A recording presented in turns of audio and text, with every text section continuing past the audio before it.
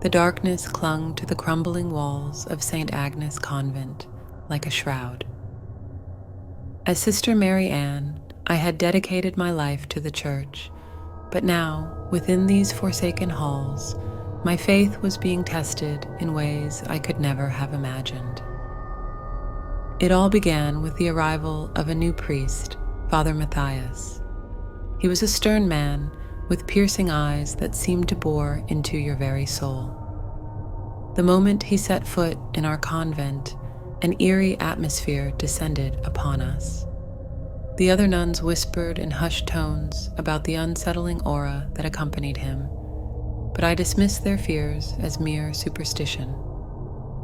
One cold and moonless night, as I knelt in prayer in the chapel, I heard a faint cry coming from deep within the convent. My heart raced as I followed the sound. It led me to a forgotten corner of the building where an ancient wooden door stood ajar. The cries grew louder as I approached, and a sense of dread washed over me. Pushing open the door, I was met with a sight that sent shivers down my spine. Father Matthias stood before an altar, a sinister grin on his face. A young girl, no older than 10, was bound to the altar, her eyes wide with terror. The priest's hands were raised, clutching a wicked-looking dagger, and he chanted in a language I couldn't understand. I gasped in horror and rushed forward, crossing myself and praying for divine intervention. Father Matthias turned, his eyes filled with fury, and he hissed at me in a language that sounded like a cacophony of wails. The very air seemed to tremble as he spoke. Before I could react, the girl on the altar let out a blood-curdling scream, and the room plunged into darkness. When the lights flickered back to life, both Father Matthias and the girl had vanished, leaving behind only a lingering sense of malevolence. I fled the room, my heart pounding in my chest. I knew I had witnessed something unholy, something that defied all reason and explanation. But who would believe the ravings of a terrified nun? Over the following weeks, strange occurrences plagued the convent. Nuns reported hearing eerie whispers in the dead of night, and some claimed to have seen the ghostly figure of the young girl wandering the halls, her eyes empty and soulless. Others complained of nightmares so vivid and disturbing that they could hardly function during the day. As the terror deepened, I became determined to uncover the truth. I searched the library for answers, poring over dusty tomes and ancient texts. I stumbled upon a forbidden manuscript, hidden beneath a pile of decaying books. The manuscript spoke of a dark ritual that could grant unspeakable power to those who were willing to make a pact with the forces of evil.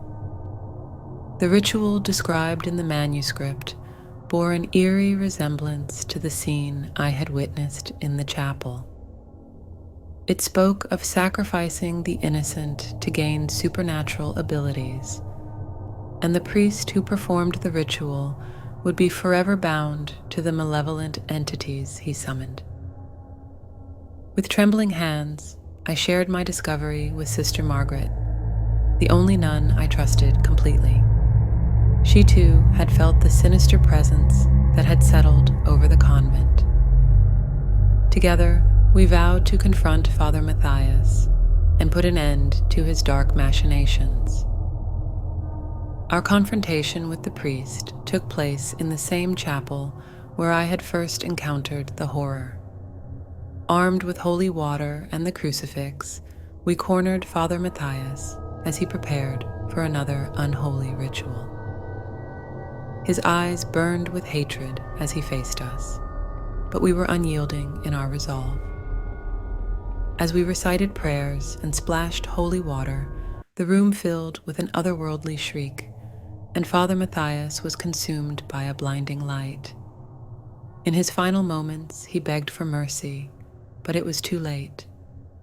The malevolent entities he had summoned turned on him, exacting a terrible price for his treachery. The chapel was bathed in an eerie silence as the light faded, leaving only the faint scent of burning incense in the air. Sister Margaret and I knew that we had saved our convent from the clutches of darkness, but we also knew that the scars of that horrifying night would never truly heal. In the aftermath, the convent was forever changed. The malevolent presence that had haunted us had dissipated, but the memory of Father Matthias's unholy deeds would linger for generations.